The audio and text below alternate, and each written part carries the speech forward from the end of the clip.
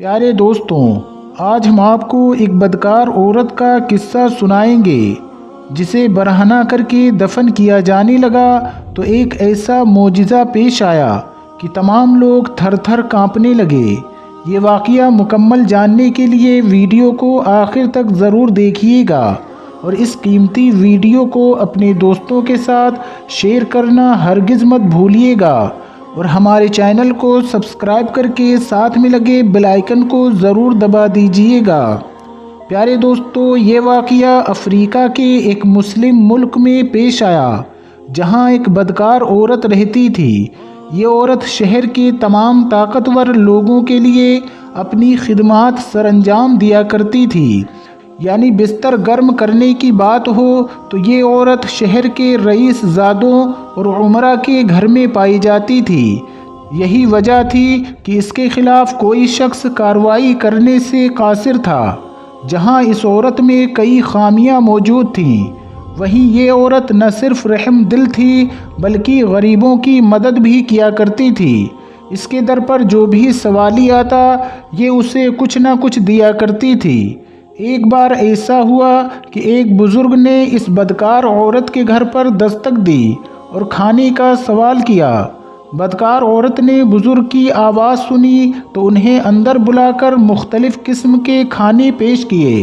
یہ دیکھ کر بزرگ بھی حیران رہ گئے اور انہوں نے اس بدکار عورت کو دیکھ کر کہا، اے خاتون، تم کسی اچھے گھرانے کی معلوم ہوتی ہو۔ جس پر وہ بدکار عورت بولی، نہیں بابا جی، میں تو گناہوں کے ایک ایسے دلدل میں پھنس چکی ہوں جس سے چاہ کر بھی نہیں نکل سکتی ہوں۔ میں وہ بدبخت عورت ہوں جس کے جسم سے شہر بھر کے عمرا اور رئیس کھیلتے ہیں، اور یہی میری پہچان ہے کہ میں ایک جسم فروش عورت ہوں۔ دوستو، یہ سننا تھا کہ بزرگ بولے، بیٹا، میں نے تمہاری آنکھوں میں ندامت کے آنسو دیکھ لیے ہیں۔ میرا رب تمہیں ہدایت عطا کرے اور تمہیں آسان موت دے۔ بدکار عورت نے بزرگ کے منہ سے یہ سنا تو اس کا دل دہل گیا اور اس عورت پر خوف خدا طاری ہو گیا۔ اس کے دل کی دنیا ہی بدل کر رہ گئی اور قدرت نے اسے ہدایت بخش دی۔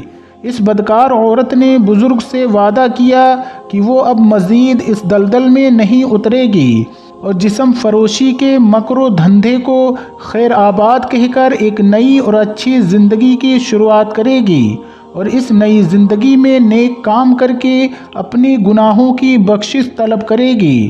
اس کے بعد وہ بزرگ اس بدکار عورت کے گھر سے چلے گئے۔ شام ہوئی اور رات ڈھلی تو وہ عورت عبادت میں مشغول ہو گئی۔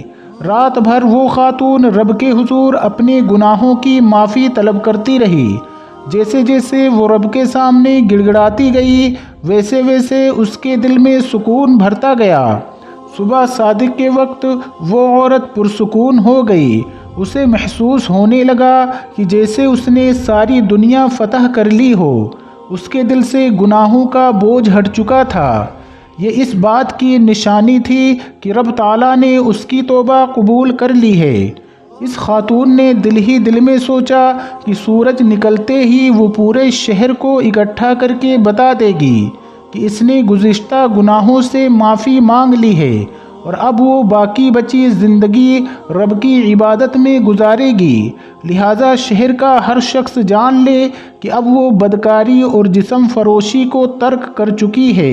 دوستو، اس عورت کا عہد ایک طرف، لیکن قدرت کو کچھ اور ہی منظور تھا۔ ہوا کچھ یوں کہ صبح کا سورج نکلنے سے پہلے ہی اس عورت کو موت نے آ گھیرا، اور فجر کی نماز کے بعد اللہ کے حکم سے ملک الموت نے اس کی روح قبض کر لی۔ سارا جہاں اس عورت کو بدکار اور جسم فروش کے طور پر جانتا تھا، لیکن اس کی زندگی کی ایک رات ایسی بھی تھی جس نے اس کو عابدہ بنا دیا تھا۔ تاہم اس رات کے معاملات کو کوئی نہیں جانتا تھا۔ اب تو وہ خود بھی اس فانی دنیا سے جا چکی تھی اور نہ ہی اپنی ندامت کی گواہی دے سکتی تھی۔ صبح ہوئی اور سورج نکلا تو یہ خبر جنگل میں آگ کی طرح پورے شہر میں پھیل گئی کہ فلاں بدکار عورت رات کو چل بسی۔ کوئی اس کے جنازے میں شریک ہونے کو تیار نہ تھا۔ لوگ طرح طرح کی باتیں بنا رہے تھے۔ کوئی اس کو کنجری کہہ کر پکار رہا تھا تو کوئی اسے زانی کہتا۔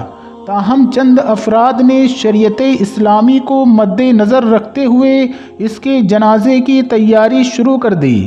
3 عورتوں کو غسل کی ڈیوٹی سونپی گئی اور شہر بھر میں اعلان کروایا گیا، غسل اور کفن دینے والی خواتین ڈیوٹی سر انجام دے چکی تو انہوں نے باقی لوگوں کو بتایا کہ بھلے ہی یہ ایک بدکار عورت تھی مگر اس کا کوئی عمل یقیناً رب کو پسند آ چکا ہے، جس کی وجہ سے اس کے جسم سے خوشبوئیں نکل کر یہ پیغام دے رہی ہیں کہ اس کی توبہ قبول کر لی گئی ہے۔ دوستو، کوئی یہ بات ماننے کو تیار نہ تھا۔ وہ لوگ جنہوں نے اس عورت کو ہر نئے دن کے ساتھ الگ الگ لوگوں کے ساتھ دیکھا تھا، وہ حیران تھے۔ ایک شخص نے یہ بات سن کر کہا کہ یہ عورت تو اتنی گنہگار ہے کہ اسے برہنہ ہی دفن کیا جائے تاکہ اسے قبر کی سختیوں کا علم ہو اور دنیا میں سر انجام دیے جانے والے گناہوں کی سزا اسے آخرت میں ملے۔ اور یہ ممکن تھا کہ اس شخص کی تشویش پر عمل کیا جاتا، مگر اسی لمحے وہ بزرگ نمودار ہوئے جو بزرگ اس عورت کے گھر گئے تھے۔ انہوں نے لوگوں کو سمجھایا کہ آپ لوگ جو دیکھ رہے ہیں وہ سچ نہیں ہے۔ انسان آخری لمحے میں توبہ کر لے تو اس کی توبہ قبول کر لی جاتی ہے۔ اس عورت کے ساتھ بھی یہی ہوا۔ پھر بزرگ نے تمام قصہ سنایا، جسے سن کر جنازے میں تمام لوگ آئے، یہ ماننے پر مجبور ہو گئے کہ یہ عورت بخش دی گئی ہے۔